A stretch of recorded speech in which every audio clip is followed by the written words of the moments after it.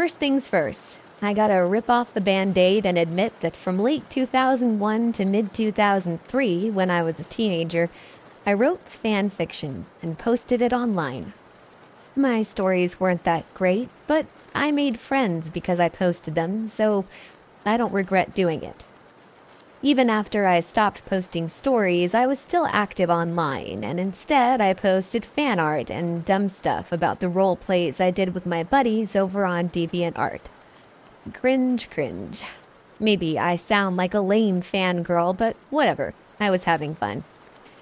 Fast forward to 2008, when I got a PM on DeviantArt that was, well, I really wasn't expecting online life to take such a strange turn on that particular random day. However, the writer, Ari, began her missive by informing me, a complete stranger, that she was seriously mentally ill. She listed a wide variety of disorders that included schizophrenia, which had tormented her all of her life. She then said she was scared to write to me like this, but she had to, so she could move on. Move on from what, you ask? Well, from her hatred of me, of course. Ari wrote that she had hated me for a long time, based on the fan fiction I wrote because my stories terrified her. Okay, now let's be really clear here. I wrote stories about characters from cartoons and one comic book. One of the characters from that comic was a violent and terrible person, and I wrote him as such. But that was not what was scaring her. No. Ari was scared because she was in love with said violent character John, and believed they were destined for each other, and that he talked to her in her head. And then she read my fan fiction, and suddenly John stopped talking to her. And she knew it was because he was talking to me instead. She was absolutely certain that I had stolen her true love from her. She said that after that, she developed a belief that I was the arbiter of her reality. More generally, that's a direct quote, and I will never forget that phrase, that I was capable of reaching into her mind and not only reading, but taking away her precious thoughts. This caused her so much anguish and suffering. However, she went on, that deep down she also knew that this was a delusion caused by her mental illness. Ari closed her PM by begging me to respond to her, to confirm that I was just a normal girl so she could get past this trauma I had caused her and be happy again. Now, I have to again rip off a band-aid of inviting judgment here by admitting that sometimes I'm a complete dumbass. I am also a soft-hearted person, and the idea that someone could have been harmed by the goofy crap stories I'd posted years earlier made me kind of sad, especially since she had legitimate, at least according to her, mental illnesses. So I did a soft-hearted but ultimately dumbass thing, and I responded. Yes, I was a normal teenage girl when I posted that stuff, and now I am a normal early 20s woman with no mind-stealing superpowers. Also, I don't know you and had no idea you existed until you sent me this, so how could I have singled you out to hurt you with my fan fictions? Please don't worry about me. And I thought, what a kind person I am. That will surely be the end of it. Wrong. Ari replied to me using a different, upbeat and cheerful tone, saying she was so glad I wrote back to her, because now she knew she didn't have to fear me and we could just be friends. She loved my fan fictions, honestly. And by the way, what was my real name so she could find me on Facebook? Excuse me? No. A dumbass I may be, but I ain't that stupid. I told her I didn't have a Facebook, a lie, and that I was busy with school, a truth, so I wouldn't be on DeviantArt a whole lot, half-truth. But I wished her good luck with her mental health recovery and hoped that she would have a good life, a truth. I mean, so far she just seemed trouble and weird, but I wouldn't have wished harm on her. I didn't get a response to that. However, A few months later, I got a DeviantArt PM from another account I didn't know that simply asked, "Hey, how do you get your characters to talk for you?" Now, I hadn't posted any fanfiction for years, but I was still participating in fandom and talked online about writing. And I honestly thought this question was about writing, specifically dialogue. I mulled over how to respond and ended up not answering right away. I went back to my PMs a few days later and saw that I had another new message. This one saying, with many exclamation points and cry typing style misspellings, that I had to answer and I had to teach this stranger how to talk to my characters, and that I didn't know how long this user had suffered because of me. Oh my goodness, I wonder who it was using another account. And guess what? I was still a goddamn dumbass. So I answered the first message, but sort of detachedly ignoring the desperation of the second message, and just kind of giving tips for how to learn a character's voice, which is a writing term, and how to write dialogue for them. Once again, I got a very chipper reply, including a confession that yeah, it was Ari, like we didn't know, and she just loved talking to me and thought I was so nice and such a good friend to be so patient with her and answer her burning questions about how to talk to my, yes, specifically my, characters. Because you see, she had realized that she was not just in love with John, but with my John, from my stupid fanfiction. And now she could talk to him anytime because we were friends. I got the idea that she was not asking to roleplay and instead thought she would be able to communicate directly with this once removed fictional character now. But I feigned ignorance and said something like, our role-playing group is kind of private and not accepting new members, but I hope I answered your question. Please have a good day. Because see, I did not really want to be friends with someone who, A, seemed to believe I was somehow responsible for her mental illness and mental health despite not knowing her from Adam and having only spoken to her twice, and B, had already told me once that she hated me and thought I could control her reality. On the kinder side of things, I honestly didn't think continuing to converse would be good for either of us.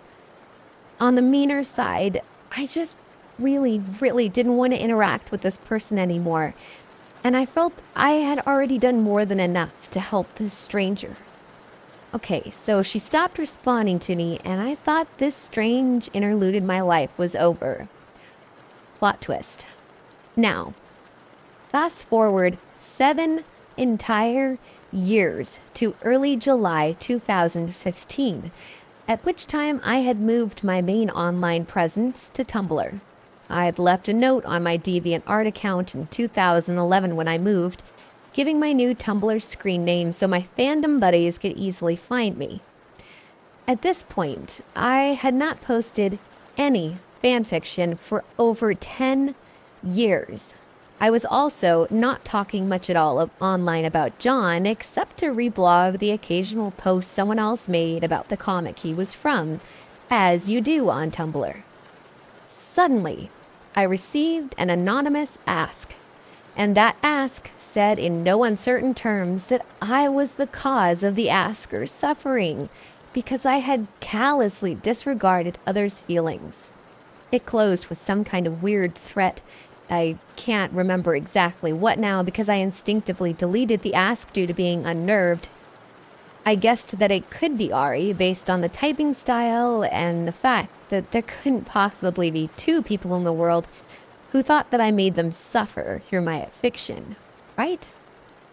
But it had been 7 years, so I wasn't entirely sure. And then I did a third dumbass thing. I made a post that said something along the lines of, to the anon that just sent me a vaguely threatening ask, sorry if anything I've posted has upset you. Please let me know if I can tag my post in a certain way so that you can block whatever content you find distressing. A couple of days later, I got another anonymous ask, calling me a prattling, ostentatious idiot. That is a direct quote. and saying it doesn't work that way and strong emotions cannot just be blocked. The message went on, "You stole him away from me, and I have been living in turmoil since you don't care." Yeah, definitely Ari. There was no question about it after that. After all, I haven't stolen anyone else's fictional boyfriend. I mean, not that I know of. I turned off the anonymous asks. I also went back to my old, untouched DeviantArt account, where I found a comment on my front page from yet a third account there that said, "If you still talk to him, tell him that I love him, and that I always will. He was the first man I ever loved, and it was your version of him that I loved above all. I have been jealous, angry at you, angry at myself, depressed, psychotic. I tore myself to shreds over him, and my heart aches and cries. The first cut is the deepest. I love you, John." The date on this message was June 28th, 2015, just a few days before the first anonymous ask on Tumblr. I did a little internet sleuthing, just a simple Google of Ari's known usernames, and found her Fur Affinity account, where she had posted screeds in her journal about hating anyone else who wrote or drew anything about John. Okay. I also discovered through this Google search that I was not completely special in triggering Ari's ire, and that she had also gone after another person on Tumblr in much the same way, demanding answers to emotionally charged asks, assuming friendship where there wasn't any, and then stalking the person using multiple accounts and email addresses and accusing them of harming her. This other person had amassed a true collection of screenshots of Ari's behavior, and it was really super not good. Anyway, I figured since I'd blocked the anonymous asks, maybe she would just go away, but say it with me, wrong. Ari's next wave of shit began in 2016 when someone started reblogging my personal text posts with cryptic comments like, "You have a beautiful soul." The username was nothing like Ari or any of the other account names that she had used before, so I thought it was someone new being socially awkward. But after a few months of this, I received a message from this account through Tumblr's chat function that let the cat out of the bag. The person said something like, "I'm a British female creature with insert same litany of mental illnesses from Ari's first PM in 2008, and I'm so scared of dying alone and friendless. I used to read your fan fiction, and it always made me feel better. I think you're an amazing woman and would like to get to know you better. Please, I'm begging you. Don't leave me alone in the dark." Well, this sure sounded a lot like Ari to me. This was confirmed when I went to the person's Tumblr and saw they had recently posted something passive-aggressive about that other Tumblr user Ari was known to stalk. And if that wasn't enough, they also had a lot of weird, innuendo-laden posts about John and a couple other characters, including Sherlock and a man I didn't recognize, and who they claimed to have legally married. It was at that point that I finally decided to stop being a soft-hearted dumbass. I blocked the account that sent me the chat message right away, without responding. Over the next several months, Ari attempted to contact others on Tumblr who it was obvious I talked to a lot. My girlfriend, or best friend, etc.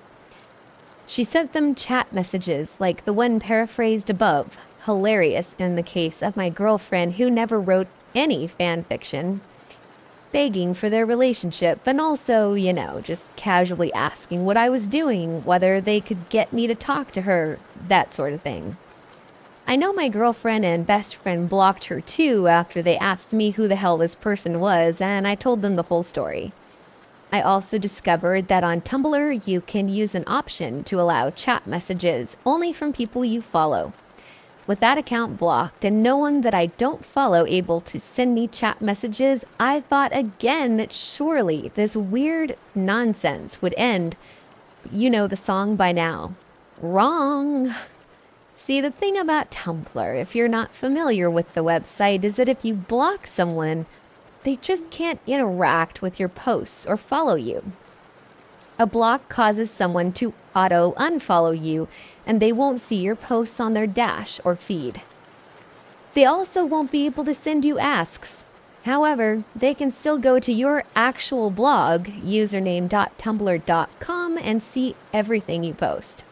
If they try to interact with any of your posts on your blog, like reply, reblog, like it, etc., they won't be able to, which will of course conveniently tip them off that you blocked them.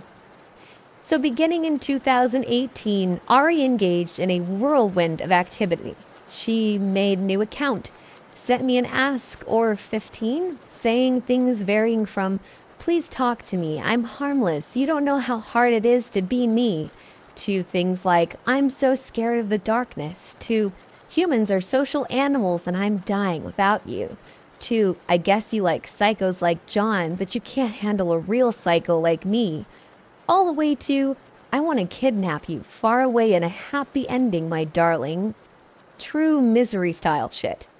So I blocked that account immediately, and she made a new account and reblogged some post I had made a while back about John's comic book with a comment like, "My first love, the first cut is the deepest," before sending me multiple asks, all saying, "You stole him from me." So I blocked that account immediately. So of course she made another one, made some meme generator sparkly pictures of rats and spiders with text like, "I just want to sit next to you and be your friend, I'm not scary," and posted them with @my username so this mention would show up in my Dash's activity. So I blocked that account. So she made a new one, posted a quote from my favorite author, which is well-known info, I post about him frequently, and sent me a couple asks saying that this author would disagree with how I was treating her by continuing to block and shun her friendship, and when she was harmless and just thought I was an amazing person. So I blocked that account. Mate, did you forget you called me a prattling, ostentatious idiot and threatened me? Because I sure haven't. This went on for 10 accounts, one of which had the blog title in huge letters at the top, "Hello, my nickname reserved only for close friends," one of which she inundated with photos of herself glaring at the camera. My first looks at her face, and I don't like to judge people on appearance, but this girl has a really creepy glare and also looks like she's probably not showered in weeks. Of course, she put @my username at each one so that I would see it. She only ever used one of these accounts to actually post, reblog, and like things from other people, like a seemingly normal user, albeit one who made some questionable comments sometimes. All the rest only existed to bother me. I started trying to report her to Tumblr after the third or fourth time for making multiple accounts solely to evade my blocks, but if you know anything about Tumblr, you can guess they didn't respond with more than an automated, "Okay, we'll look into this. In the meantime, have you tried blocking this user?"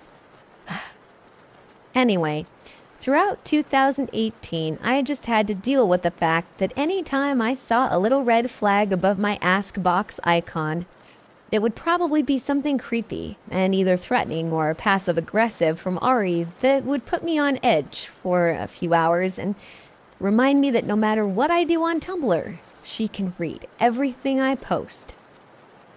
I haven't gotten anything from her so far in 2019, but I figure as long as she's out there, there's always the chance that she'll come back.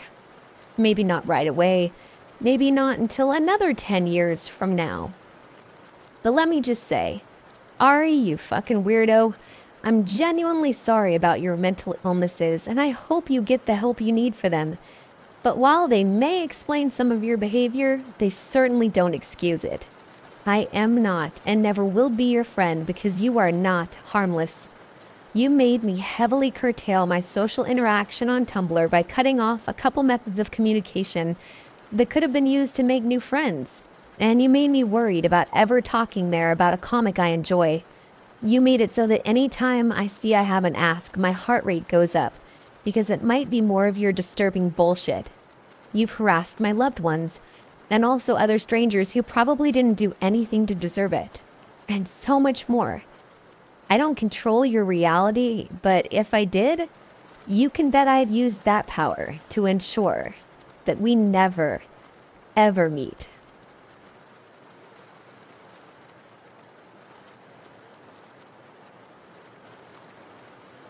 This happened a few years ago when I was 15 years old. I would always go jogging around my block in the summer. My jogging route was shaped like a rectangle. My usual jogs took place around 6 or 7 at night, so kind of later in the day, but it was still bright enough to go out. I always figured that it was pretty much safe to go out as long as the sun was up. It was a particularly hot summer day, so I wore a somewhat tight t-shirt and tight athletic shorts. I was a bit of a late bloomer when it came to puberty, so at the time, I didn't feel a need to feel cautious about the way I dressed. I was running for a few minutes while listening to music when I started hearing this strange whirring sound behind me. At first I ignored it and kept going, but then I realized that I'd been hearing this sound for the past 2 minutes, so I turned around. To my surprise, some guy much older than me was riding his bicycle right at my heels. I stopped running, obviously very startled. I turned to look at the guy and warily asked him if he needed something. He says, "Nothing. I just wanted to talk to you." I frowned and asked him what he wanted to talk to me about. He gave me a creepy smile and said, "Has anyone told you you're really beautiful?" I hesitantly thanked him. He looked me up and down several times and gave me a creepy smile and added, "And you're sexy too." Okay, weird. I properly examined him. He was in his early 20s and tall. I immediately got creepy vibes from this guy because he would not stop looking me up and down. He asked me how old I am. In my panic, I don't think straight, and stupidly I told him, and his smile disturbingly lit up. He asked if I wanted to be his girlfriend, and I said no right away. He made an angry face and asked me why not, but I ignored him and started to head in the direction of home. But much to my dismay, he kept following me.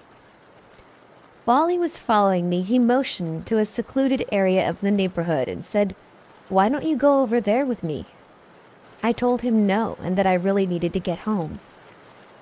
I must have looked as scared as I felt, because he gave me a horrible smile and said, "You scared?" My heart pounded in fear, but I ignored him and kept walking. I desperately looked around, hoping to see somebody that I knew in their front yard, but the neighborhood seemed eerily vacant.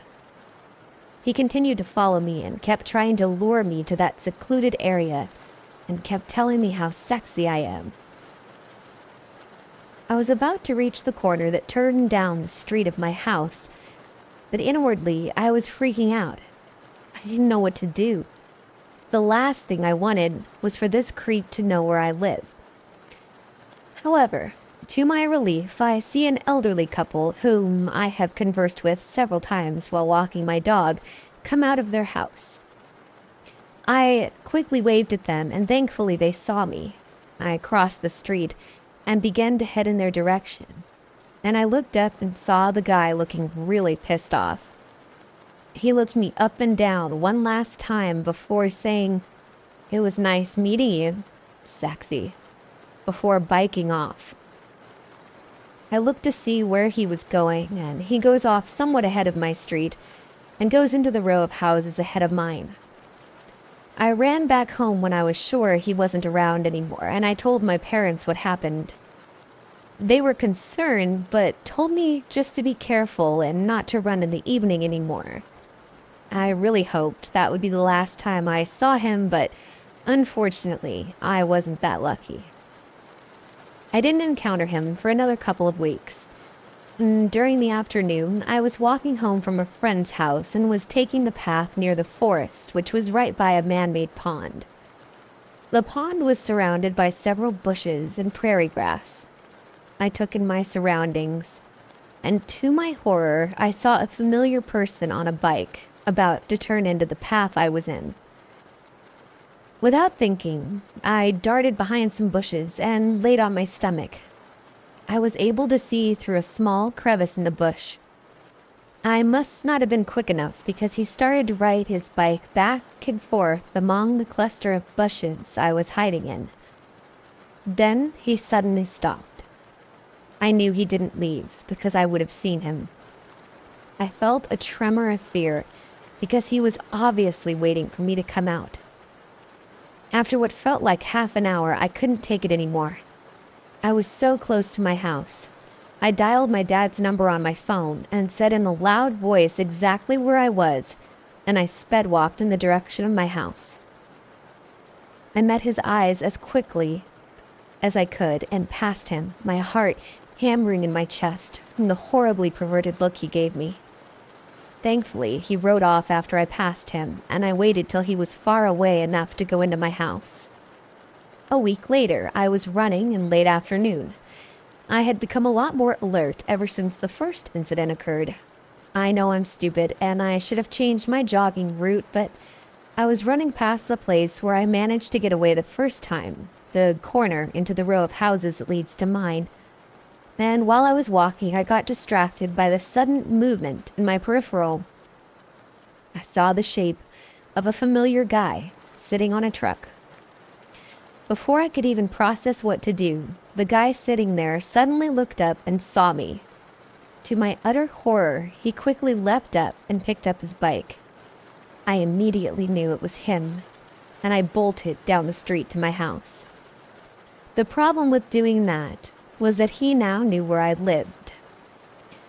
My brothers and dog were outside and they saw me running. They asked me what was wrong, but I ignored them and slammed the door. I peeked out of my blinds and saw him start to slow down as he pedaled past my house. To my absolute fury, he petted my dog without even asking. He then sat on the bench near my house and was just watching it. I was absolutely livid at this point. I was sick of constantly having to be afraid when I went outside. I went to my parents and said that I found out where the creep lived. My dad insisted on going to the guy's house for some reason. He brought my brother and a family friend, just in case. I came along to make sure they went to the right place. We knocked on his door and an older man and woman, who I assumed was his father and mother, answered. The man asked if everything was okay, and before my father could reply, I angrily butted in and asked him if he had any sons. He replied yes, that he had 2. At that moment, a little boy, no older than 5, emerged. I asked him how old his sons were.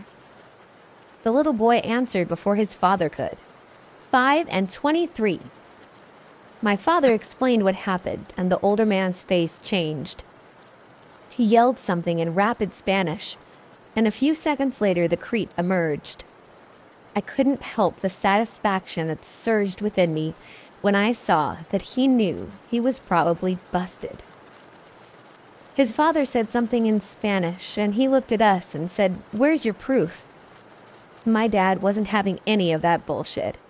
He threatened to call the police if he didn't stop harassing and stalking me. All he did was scoff as he went back upstairs. His parents apologized on his behalf and begged us not to call the police because they had recently immigrated to the U.S. My dad decided not to take action as long as the creep would leave me alone. What's strange is that the creep ended up coming to my house to apologize and asked that we not call the police and that he promised he would stop. I reluctantly decided not to, and he did stop, but sometimes I wonder if I made the right decision.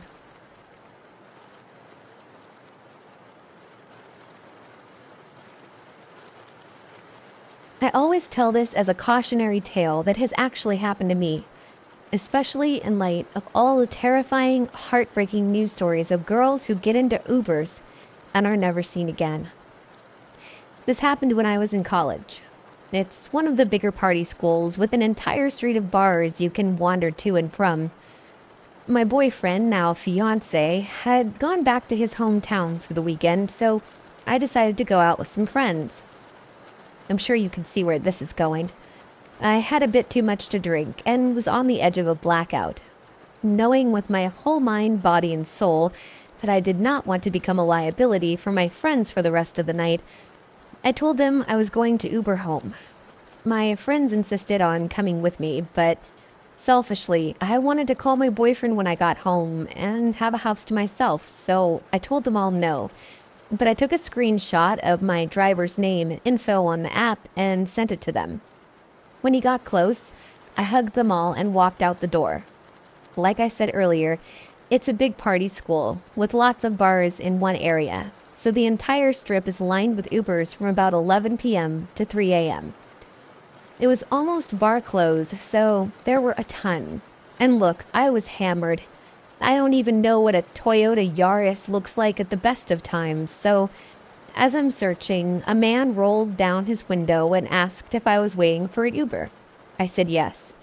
He told me that he wasn't my Uber, but if I canceled my ride and accepted his, he would take me home. I was already thinking of the leftovers that I had in my fridge at this point, so I agreed, canceled my Uber, and made sure that I accepted his ride instead. He was super nice, and he was an Uber. I've heard stories of fake Uber drivers, so I did make sure he was legitimate. He called me beautiful a few times right off the bat, but hey, I was a girl in college. I got that a lot. I remember we talked about our favorite books since I told him I was an English major, and he was super interested in listening to me talk about tutoring ESL students in my free time on campus. He was an immigrant who had to learn to speak English, so we lamented about how awful it must be to learn such an intricate language, but how rewarding the successes were in the end. When he missed the turn from my apartment complex, I figured it must have been because he was distracted by our conversation. I politely pointed out that he missed the turn, and he said that he would turn back around. Rather than making a U-turn, though, he took the longest way to get back to my apartment. I was still in familiar territory, so at least I knew that he was going in the right direction, but I was starting to get nervous. It was around 2:30 a.m. at this time, and it was super dark, and no one was awake, let alone outside. When he missed the turn-in again, I asked if I could just get out and make it back on my own. He seemed kind of offended, like he was surprised that I wasn't as engrossed in our conversation as he was. I kind of jokingly told him that I was a broke college student and he was kind of racking up my bill during a surge. That seemed to straighten things out a little bit. He was all, "Oh, I completely understand," and turned back toward my complex. I was honestly so freaked out and drunk at this point that as soon as he pulled into my complex, I was like, "Okay, right here is fine, thank you," and pulled on the door handle when he came to a stop. It didn't open. I hit the little lock latch. Still nothing. "Let's go get coffee," he said. He clicked the button in the app to say that the trip was completed, and clicked out of the app. At this point, I'm just trying not to look as freaked out as I feel. I told him I was tired, and it was late, and coffee was literally the last thing I needed at that moment. I tried the door again, just to make sure I wasn't drunk and handling the door handle wrong. It still didn't open. "You know, we should just sit here and talk until you're feeling better," he was explaining to me. "We can go somewhere more private, too, if you'd like. Do you live alone up there?" At this point, I'm frantically digging through my purse for my phone. Fuck being polite. When he asked what I was doing, I told him I promised my boyfriend I'd call him once I was home safely. Wrong thing to say. He got pissed that I had a boyfriend and didn't tell him about it. He asked what his name was, what he did for a living, and where he was right now at this very second. When I gave a half-hearted answer to each of his questions, he got even angrier. He demanded to know why a boyfriend of mine would be stupid enough to leave his girl alone with another man, him. He repeated it twice, and at this point I was just trying not to cry. When I figured my phone must have fallen under the seat, I started digging around down there. He demanded to know what I was doing. I gave my best impression of a genuine laugh and said that I dropped my phone. He told me to stop digging around in his things immediately, so I did. Mind you, I'm still drunk as hell at this point. I was just trying to keep my shit together and not vomit or pass out. I tried the door a third time. Still nothing. He asked if I wanted to get coffee again, even kind of begged a little. I told him no, that I just needed to sleep. He asked if I lived alone again. I lied and told him that I had a roommate. He asked if it was my boyfriend, and I said no. He kind of got angry again and then straight up asked if I'd made my boyfriend up. I told him no, of course I hadn't, and he got angrier and again asked why he would leave me alone with another man like this. Now, I'm usually pretty good at reading people, and I got the vibe that this guy thought he was a knight compared to my boyfriend. So I lied. Through my teeth. I told him I was going to break things off with my boyfriend, that we weren't even really that serious, and that yeah, he was an idiot to leave me alone like this. Thank whatever fucking God was watching over me, but that did it. He calmed down and said that changed everything. He asked if I wanted to get coffee again, and I changed my answer to not tonight. He asked for my number and I gave it to him. He called to make sure it was my real number. My phone buzzed from between my seat and the door and I fished it out. He grabbed my phone from me and demanded that I show him my boyfriend's contact information. When I did, he deleted it and gave me a big smile. Feels good, doesn't it?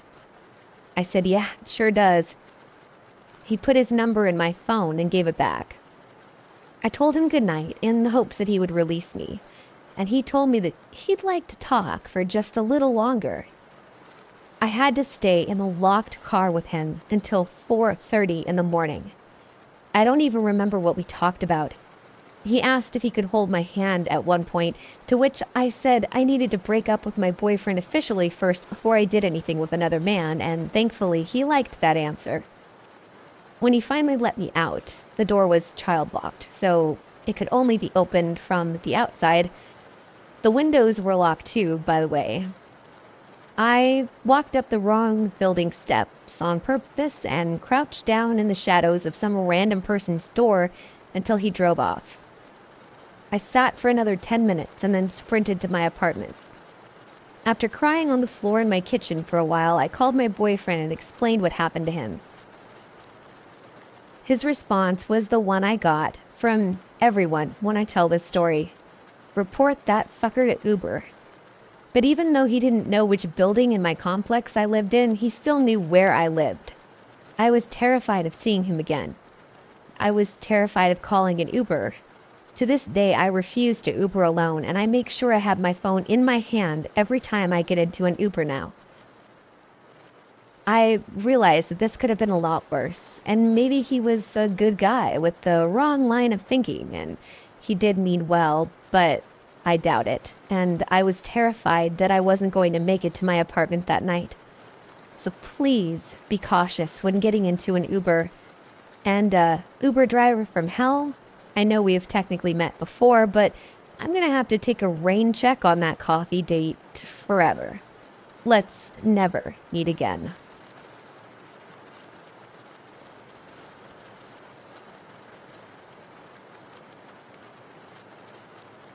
So this happened to me about 3 years ago, but I'll start with a bit of context. I was chosen to go on an exchange trip to Estonia as part of my music course at college. During the trip, everyone was to be allocated into bands. In these bands, we would write music together and get the opportunity to record our songs at a high-class music studio. Anyway, the day of the recording session had come. I was the bassist for the last band that got to record that day, so I spent most of the day at the hotel where all the international students stayed. I shared my room with 2 other students who came from my college, and they both had early recording sessions booked. By the time I was packing my equipment to leave for the studio, most of the students had started coming back. The studio was only a short walk away, so I got directions from one of the students and made my way there. After about 3 hours at the studio, I started to make my way back to the hotel. As I rounded the corner onto the hotel street, I took my phone out and looked up a good album to listen to when I got back to my room. I had my head down at my phone, music blasting from my headphones, and I wasn't really paying any attention. As I entered the hotel, I took my headphones out and made my way to my room. I noticed that it was really quiet. And this was strange, especially as the hotel was right in the middle of the city. I got to my room and tried to open my door, but it was locked. I was told that my roommates would be back by this time, and they had said they'd leave the door open for me, so I was really confused. I looked everywhere for my keys, but I had left them in the room. So I got out my phone and began to text one of my roommates. The conversation went something like this. Me: "Hey, I'm back at the hotel, but the door's locked. I thought you said you'd be in." Roommate: "You're in the hotel?" Me: "Yeah, but I don't have my keys. When are you going to be back?" Roommate: "Dude, you have to get out of there now." Me: "What? Why?" Roommate: "Just get out." At this point, I started receiving messages from other students telling me, "Get out of there, it's not safe, you have to get out of the hotel." I was really confused, and for a minute I thought it was just a big joke. But then I got one of the most terrifying phone calls of my life. One of the lecturers at the college who came along on the exchange phoned me. He told me that the hotel had been evacuated because there's a guy staying on the other side of the hotel that was running around with a handmade knife trying to attack students. The whole hotel was empty, apart from me and this crazy person. At that point, reality hit hard. I was trapped on the top floor. I couldn't even lock myself in my room. I had to make my way back down and out, quickly. I hung up and I started to move. The hotel had no elevator, so I slowly made my way around, listening for any sounds, peeking my head around corners to make sure it was safe. My adrenaline was high. Every creak of the floor made my teeth grit. By the time I made it to the stairs, I felt sick with fear. I stopped caring about making noise and just started running down the stairs. I just wanted to get out of there. I felt like it was taking hours to clear a single flight. Eventually, I got to the first floor and I could see the reception area. Freedom from this nightmare was so close. However, as I made my way down, somebody walked around the corner and stopped at the bottom of the stairs. I noticed the figure and stopped dead in my tracks. A middle-aged man with short dark hair, topless, covered in what looked like oil and grease, holding in his hand a filthy rag covering something underneath it. As he turned his hand slowly, I saw the handle. It was a knife. It was too late to hide.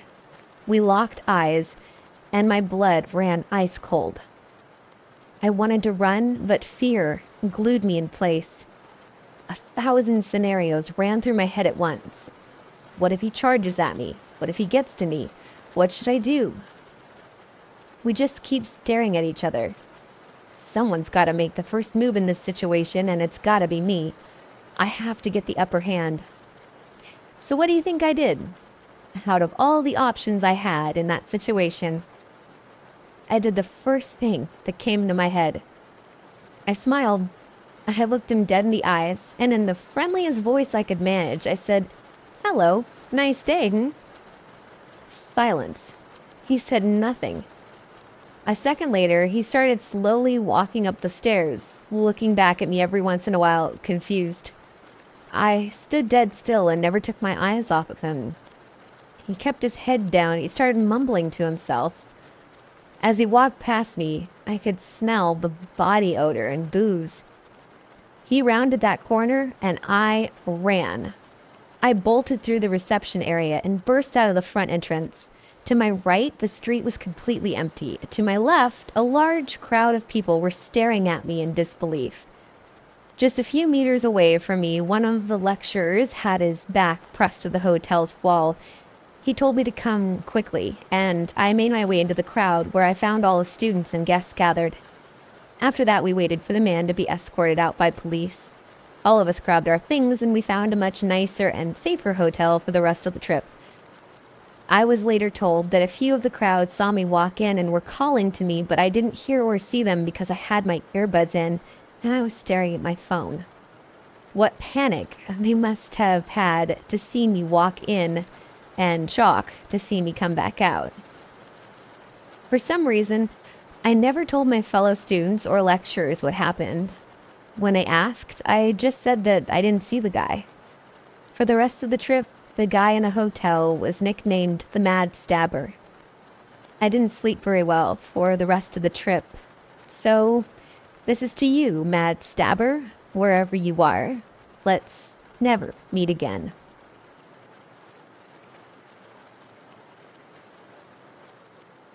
This is one of those stories where you just don't even know where to begin. So, let's start with when I first met Bryson.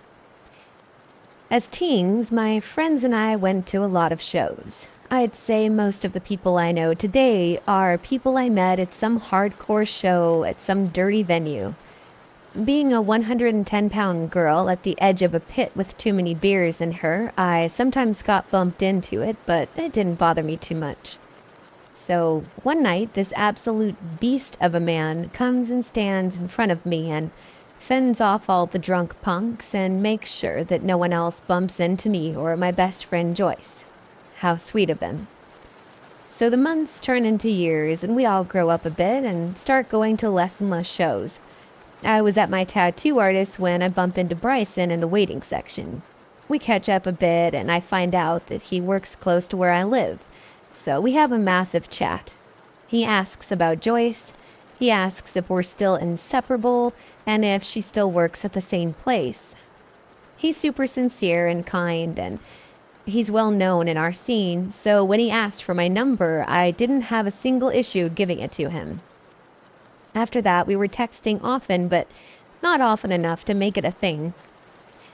The band Every Time I Die was on tour in my country a few weeks later, and it was during the rainy season of the year.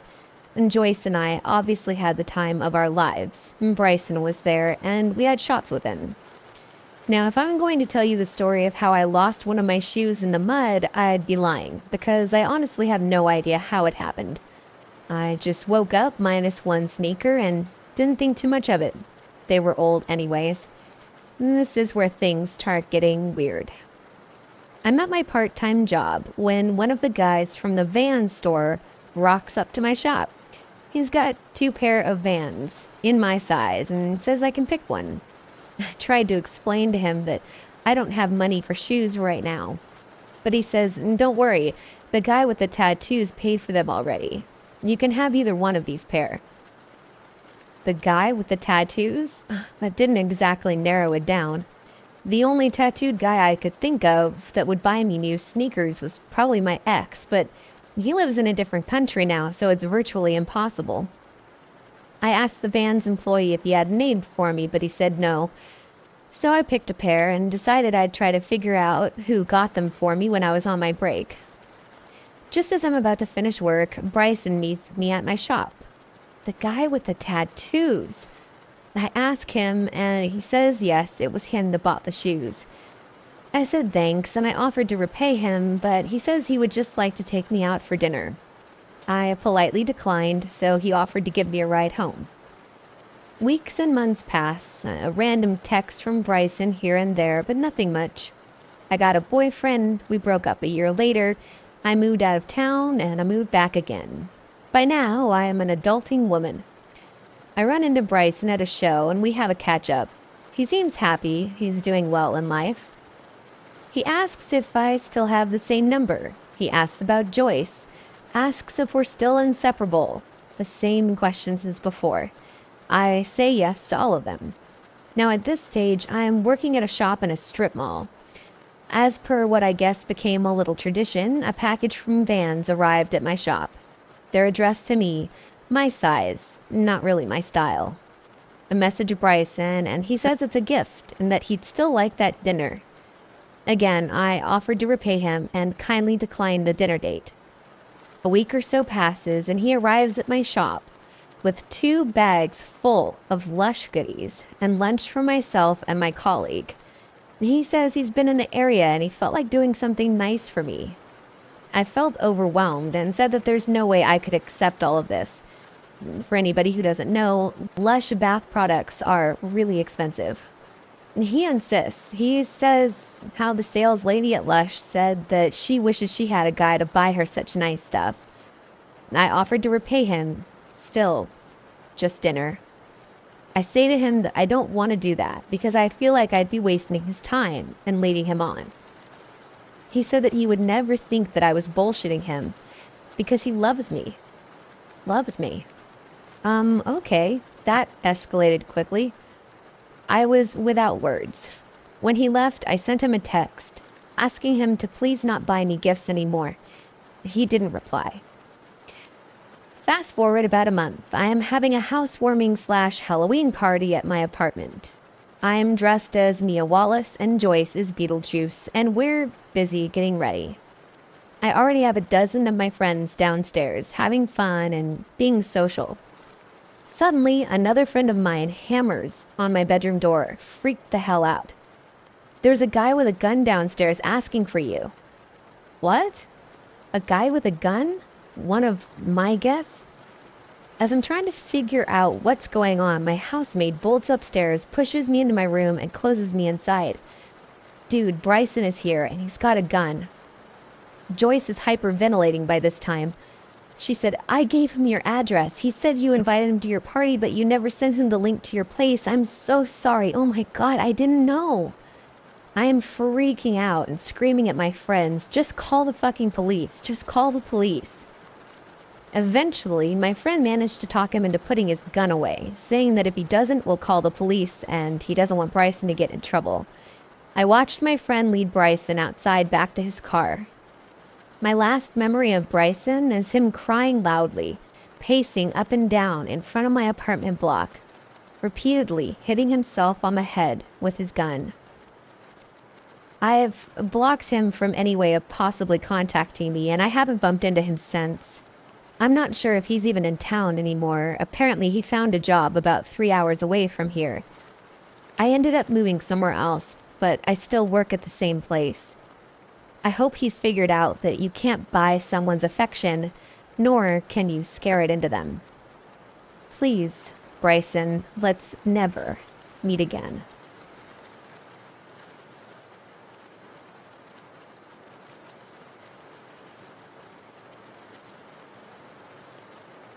This story happened 7 years ago, but it feels like it was just yesterday. July 20th, 2012. I remember the exact date because it was the same day as the shooting at the Batman premiere in Aurora, Colorado, which is oddly relevant. The day started out pretty normal for me. I was a patient tech at a dialysis clinic in rural Alabama and up way too early to open the clinic. The first thing I saw after shutting off my alarm at 2:45 in the morning was a text message from my cousin Taylor, who lives in Colorado but not directly in Aurora, saying, "You're going to see the news about a shooting in Colorado, but Neg and I are safe." Naturally, I flip on the television, soaking up the horror while throwing on my scrubs and getting angry at mankind. Great start to a Friday. I pull up to my clinic and notice that the nurse that opens with me isn't there yet. No biggie, because I'm a little early, so I grab my bag and head in to get started. I finish up my prep work in the water room. You have to do all sorts of testing on the water that you use with dialysis patients. And I go out on the treatment floor. Still no nurse. The clinical manager walks in about that time and says, "Hey, Jennifer, where's Nurse Nancy at?" To which I replied, "I have no idea. I'll call her." After trying her house and cell without getting an answer, I'm getting a little peeved. This particular nurse was picking up night shifts at the nursing home and had a bad habit of oversleeping. My CM says, "Why don't you drive past her place," which was one street over from the clinic, "and check to see if she's even there." Now, before anyone thinks, why didn't she go, let me explain something. It was almost time for the patients to come in, but a nurse has to be in the building in order to even let them in the lobby. My CM was a nurse, so she could at least let everyone in while we figured out what Nurse Nancy's deal was. Anyway, I agreed to ride by because it's literally a stone's throw away, and because if I saw her car was there, I was going to lay on the horn until she got up. I pull up to her house, and she's there, so I deploy my "I'm honking mad" tactic until she pokes her head out the door, apologizing and swearing she'll be at the clinic in 5 minutes. Cool. So I head back to the clinic, park in the still empty parking lot, and start to get out of my car. In the time it took me to open my door, stand up, and turn around, there's this guy right inside my door blocking my way, going, "Where's your bag?" I'm so confused. I thought he was a patient's spouse or son or friend initially, and I said, "It's inside, why?" I started to move forward, and that's when I realized that there was a knife poking me in the chest. Is this real life? We never worry about thieves or drug addicts because our clinic has no narcotics and nothing to steal. I mean, unless you're really into shitty 10-inch televisions that may or may not have gotten puked or bled on. I know only a second or two went by, but it felt like eons. I remember my ears started ringing, and my dad's voice saying, "If you get cornered by someone, scream obscenities and make noise." To shock them, I guess. I don't know. He was probably being sarcastic. And then hit them as hard as you can and run. My chest felt like it was on fire. Why me? Why today? Why did that guy shoot up a theater? What is wrong with people? The next thing I know, I'm screaming words I don't normally say. I slammed my right hand up under his knife while swinging a wild uppercut with my left fist. Pow, right in the kisser. He drops the knife and immediately starts backpedaling. I'm screaming and yelling after him, and he's grabbing his face while breaking into a run. I watch him dash out the back of the lot, and it hits me. The adrenaline rush is over, and I'm beating on the clinic door because my hands are shaking too badly to get my key in the lock. The CM lets me in, and right before the door shuts, I see Nurse fucking Nancy pull up. I'm kind of yelling what happened because my ears are still ringing and the CM is freaking out and calling 911. Then I look at my hands. My right palm is cut and the 3 knuckles on my left are split. Nurse Nancy is inside now, and I'm trying really hard not to throttle her. I know it wasn't exactly her fault, but I'm just gonna blame my reaction on the nerves. The cops show up, get the rundown, and insist on taking me to the ER because A, I might need stitches, and B, I'm not hysterical, so they think I'm in shock. I did need sutures, just some Liquistitch, which is sort of medical superglue. But I did have to get a tetanus shot because, to quote the doc, the human mouth is a cesspit of bacteria and filth. Awesome. Very uplifting. Now for some actual uplifting information. I had given a pretty decent description of the dude, and because I had landed a decent blow to the face, the officers thought it wouldn't be hard to find him. Well, guess what? They didn't have to look. An officer was sitting in the parking lot of the clinic when he sees a guy matching the description walking through looking under cars. The cop is not in an unmarked squad car and thinks, surely no one is that dumb. But lo and behold, when he gets closer, the guy has a busted upper lip.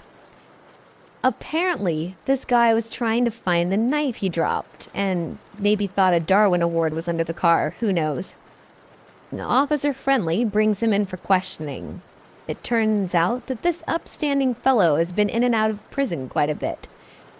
He admits to everything, well, except that a 5'4" 115-pound girl got the drop on him, and pleads guilty. He was given a heavy sentence because of his lengthy criminal history and, poorly attempted armed robbery. I don't remember when he'll get out, but I'm fairly certain we won't be meeting again.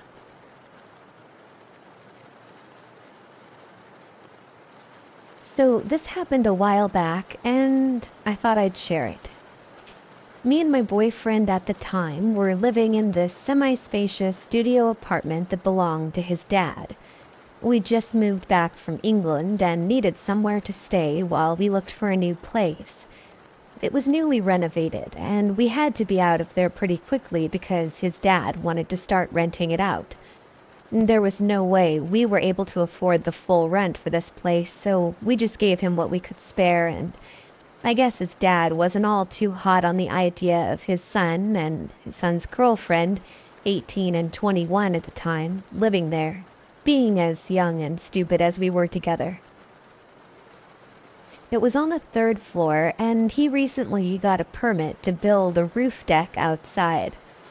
You can walk onto it through the kitchen, and it's kind of level with the neighbor's bedroom window. We were aware that it must have felt a little invasive, so we tried to be considerate about how late we went out on it and regarding the noise and stuff. The tension started to grow between us when we were outside on a Saturday night having a smoke, and we're just talking at a reasonable volume, when suddenly we hear a harrowing, "Will you both shut the fuck up and go the fuck back inside?"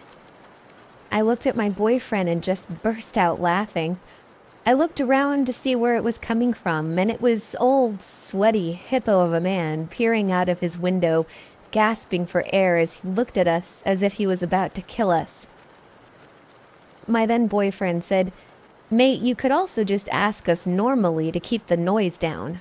To which he started spewing countless obscenities and barked at us to go back inside.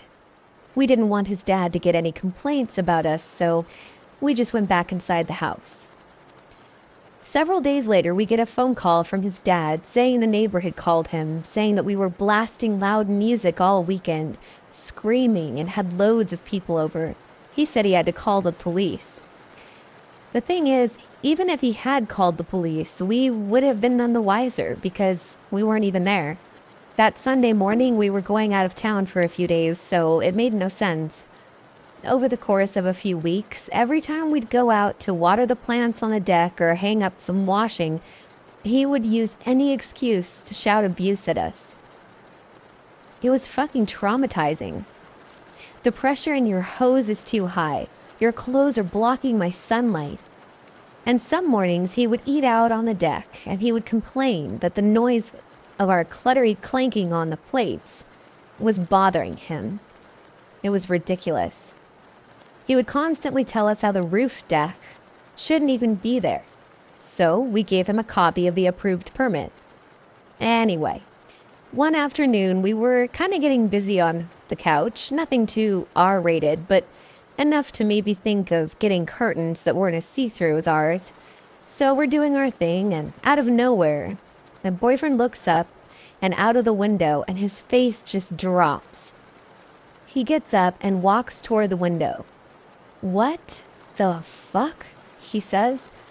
I jump out of my skin and ask him what's wrong, but before he would answer me, he leapt outside onto the deck and started banging on our neighbor's window. "What's just happened?" I asked him. He was fucking filming us. I could see a blinking red light through the blinds. I was just like, no freaking way. I genuinely didn't believe it at the time and told him it was probably something else, but quite understandably, he wouldn't let it go. He would go out at night and try to look through his window for filming gear. You could only see so far back into his room, so there was no actual certainty that he had any of that stuff. And one day he left his window open, so I guess he wasn't home. Bear in mind, this was over the course of several weeks, and he actually climbed halfway through his window, standing on the garden table, and just freaked out.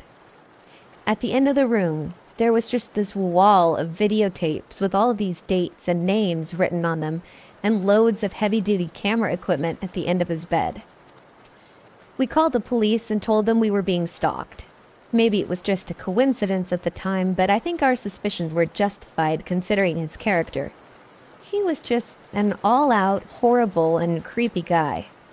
And if he had footage of me half naked, I wasn't going to take that chance. The police informed us that we didn't have sufficient enough proof that he was filming us, but that they would question him. Without any real evidence, they weren't able to get a warrant to search his house for the tapes. Damn. So, after a while, we decided the only way to do this was to catch him in the act. It was pretty calm between us for a while. After we involved the police, he stopped bothering us, but I still wanted those tapes. One night, we just got back from dinner, and as we're about to go to bed, we hear a knock at the door. It's our other neighbor, who was super cool, asked us about this neighbor we were having issues with. Total understatement. The whole street knew we were on bad terms. Everyone usually kept to themselves, but everyone hated this guy. We told her the whole story, and after talking to her for a while, she offered to call the police and tell them that she also witnessed him filming us. The police came round the next day and informed us that with our neighbor's testimony, they were able to acquire a warrant to search his apartment. A few days later, we watched the entire thing go down. 2 police officers showed up to his apartment, gave him a letter, and we just watched the whole thing. An hour or so later, he was arrested, and that was that. We didn't hear anything back from the cops for a while, until we got a call saying that he had been filming us for months. He had footage of us eating, of us napping on the couch, of me getting changed, of my boyfriend working out. It sent shivers down my spine. Not only was I absolutely furious, but really freaked out. We pressed charges, and eventually he got a few months jail time. We eventually moved out, but I never found out what they did with the tapes. I think they're probably in an evidence locker now. But yeah, to the crazy asshole who stalked and terrorized and filmed us for months on end, let's never meet again.